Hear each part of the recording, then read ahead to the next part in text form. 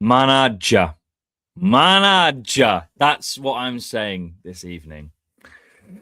Um, hey guys, obviously here for the instant reaction to Milan 1, Como 1.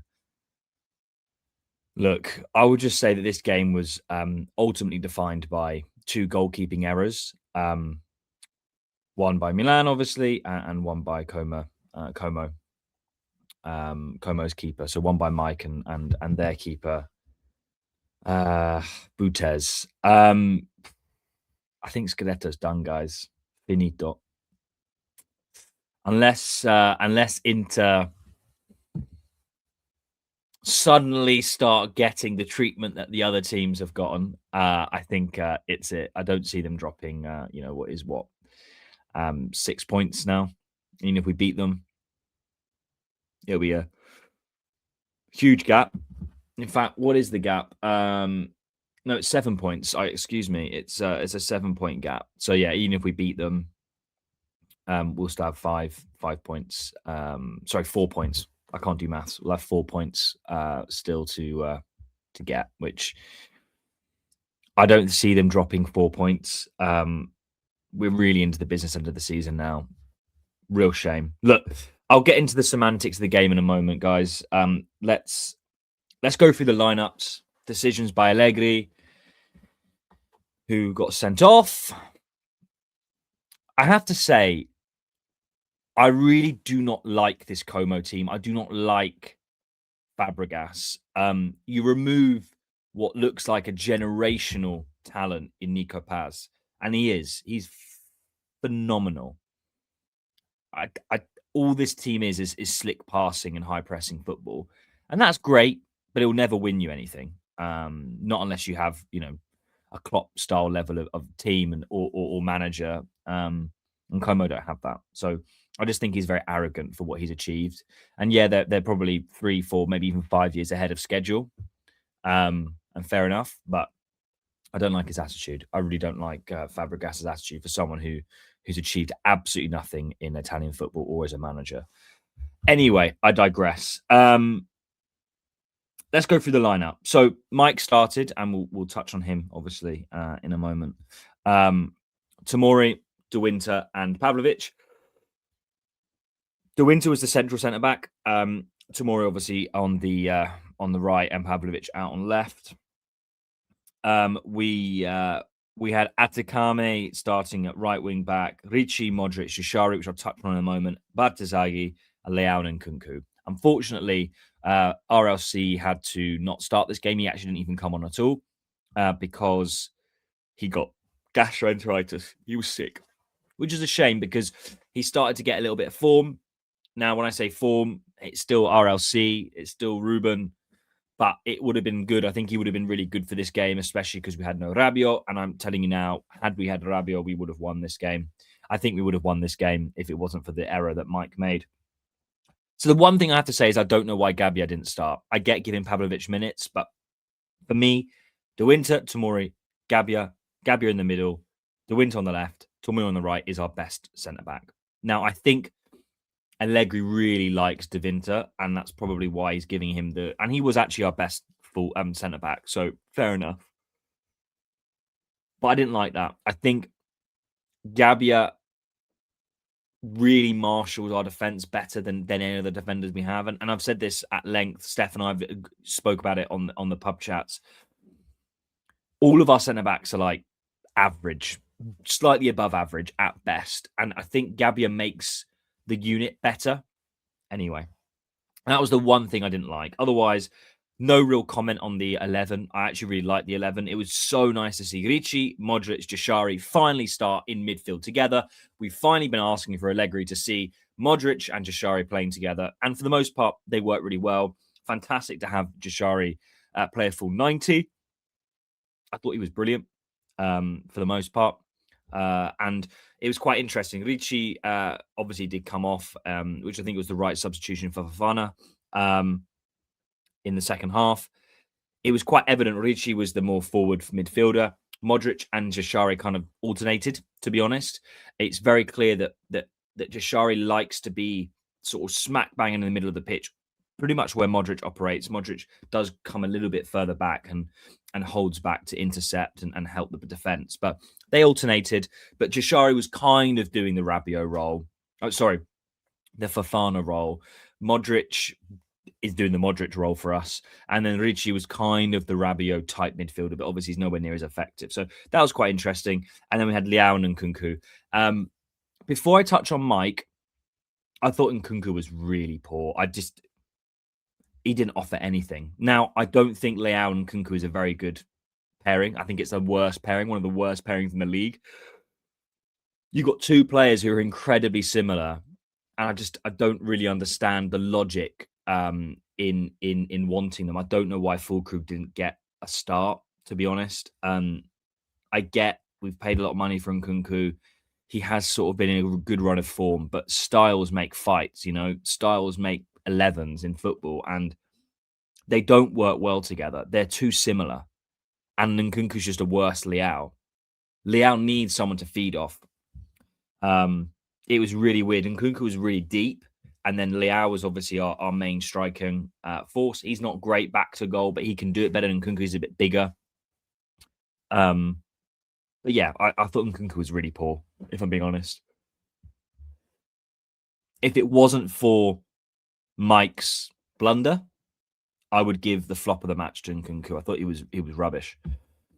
Ricci wasn't very effective either, but our midfield was working fairly okay, absorbing good pressure. We defended really well in the first half as well. Como plays suicidal attacking football. This is what I mean. I don't understand the hype behind them. They are not.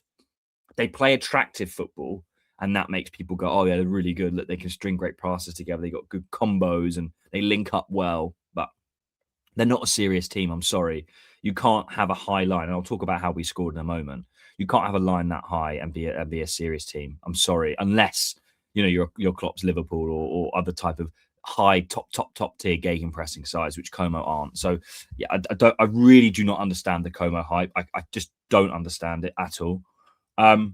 Anyway, this match was conditioned by two moments, the only two goals that were scored in the game. But I'm just trying to find what time it was. It was in the first half. Excuse me. In the 32nd minute, Maignan decides to pass the ball across the goal, literally in front of Nico Paz. And I don't understand what went through his head. Now, Mike has had the best season he's probably ever had, alongside his Scudetto winning season, okay? But that mistake alone was a Scudetto blunder mistake, because I don't think Como would have scored without that. They did come close and they had chances. A lot of teams do. We invite pressure, especially a team like Como, who are an all-out attack side. They were going to have chances, okay? That doesn't annoy me. That shouldn't annoy any of you. But that was really poor. And I'm sorry, Mike will have to hold his hands up high, because I effectively think he cost us this game. As simple as that, okay? He's had such an amazing season. He is our captain. He is our long-term goalkeeper, and we'll support him. But he has to hold his hands up. And that was just that's completely and utterly on Mike, unfortunately. He'll be fine. He'll come back. But let's be clear. Doesn't write any of the, doesn't change all the good stuff he's done this season. He's been incredible. Doesn't change the fact that we've renewed him. He's still one of the best goalkeepers in Europe, but he does have these mistakes in him. He does, whether it's near post goals or slight lapses. And we haven't really seen it all season. But unfortunately, he's proved once again that he does have one or two of these in his locker every year. But anyway, I'll move on from that, because he's been so good and he's been so important. I'm not going to dwell on it too much. Ultimately, really, this game was all Como. Look, they had more line share of the possession. They had ultimately more chances, but it wasn't anywhere near as dominating or as a smash and grab as the away fixture that we had in Como. I think we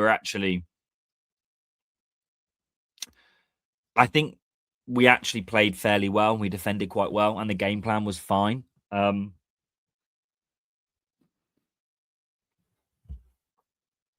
Yeah, I'm not.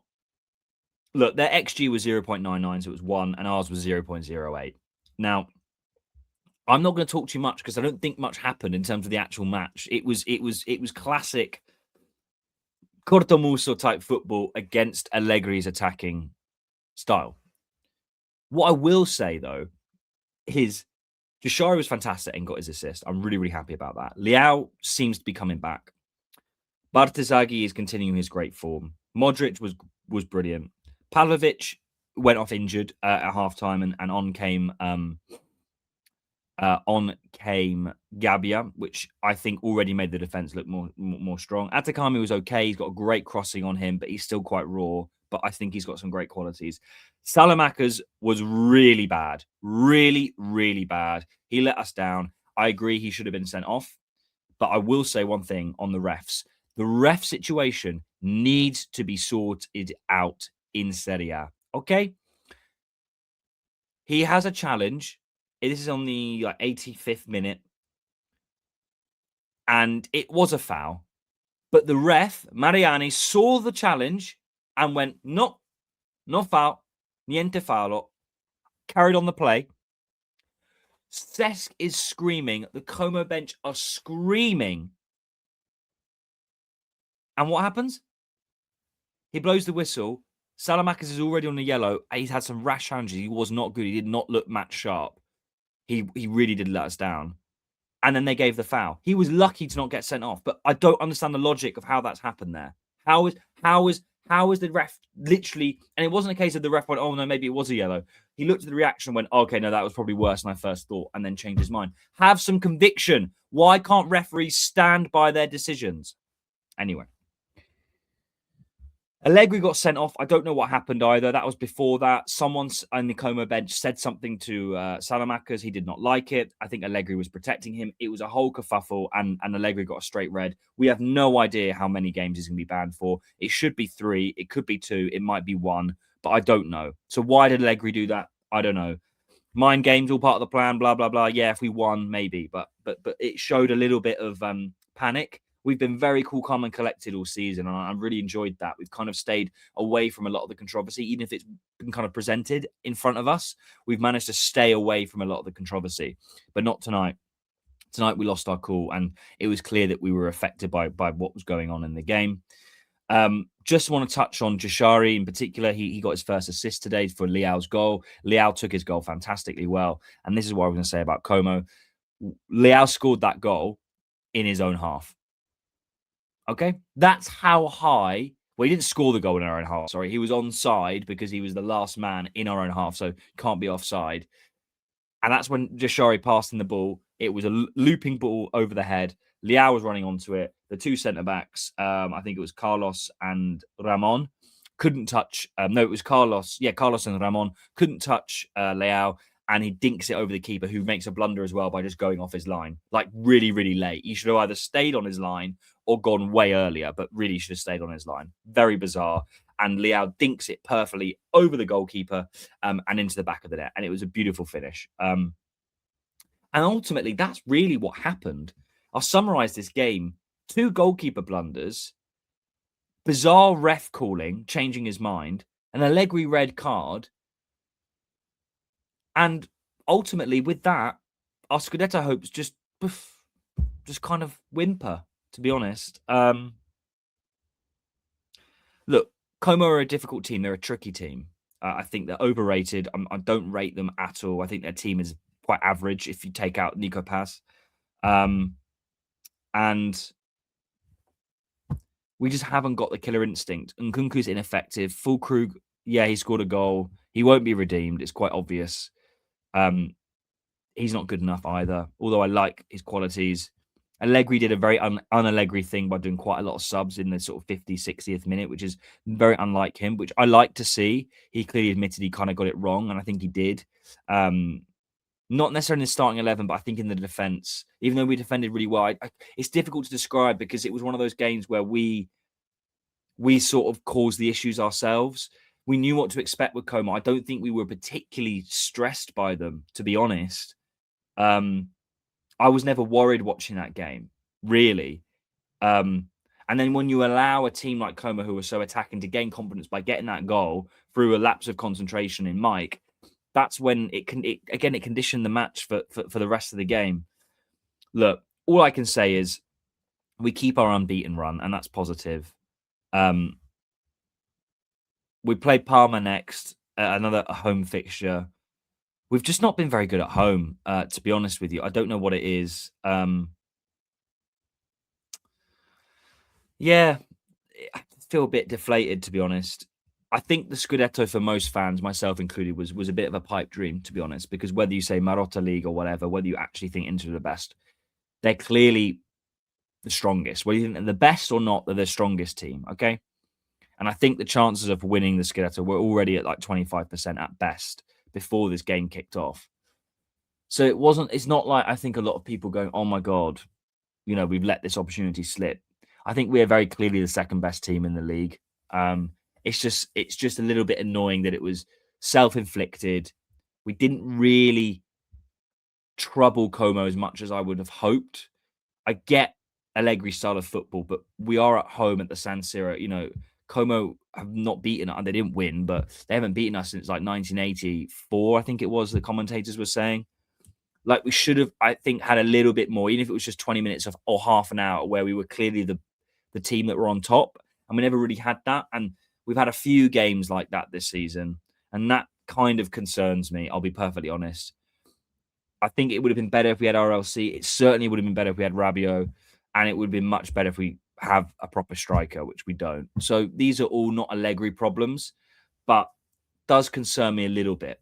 I think with Allegri's football, fine margins are so important. The concentration, the tactical side of it, that if you slip and you kind of don't do that for 95 minutes, it's very difficult to recover because we don't create so many chances. But anyway, look, we're still unbeaten. The Scudetto is gone, in my opinion. But for most fans, myself included, it was probably more of a pipe dream anyway. So we can't sit here being too disappointed. I think it's more disappointed for the performance and the sort of lack of concentration and kind of conviction, being the home side. That's what I'm annoyed about in this game. But I feel happy that Como are not really that special. I'll say that again. And we're still unbeaten. We just have to look to Parma now and just get these points and make sure that we get top four, because we're looking quite good for top four now. It's just a shame. That's all I'm going to say. Look, grazie a tutti. Thank you so much for watching. Sorry again, it was a ramble one. Just trying to cover everything. It'll be interesting to see what the Allegri situation was. Maybe news will come out after this video. Thank you for watching as always. Obviously, we've got Parma in a few days' time. When is the Parma game? Sunday. Yeah, in a few days' time. So we'll be back reacting to that. Get your comments in, like, subscribe, check out the Substack, check out the main pod, the bonus, pub chat, all of that. We love the support. So thank you so much in such an important season for us. And yeah, just let us know what you think in the comments, guys. And if I've missed anything, just get in there.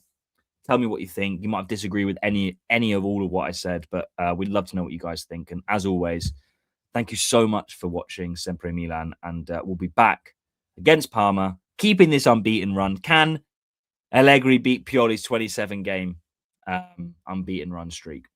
Maybe that's something for us to work towards. But guys, unfortunately, in my opinion, Scudetto, finito. But top four is there. Anyway, guys, ciao for now, and we'll see you in the next match. That's it.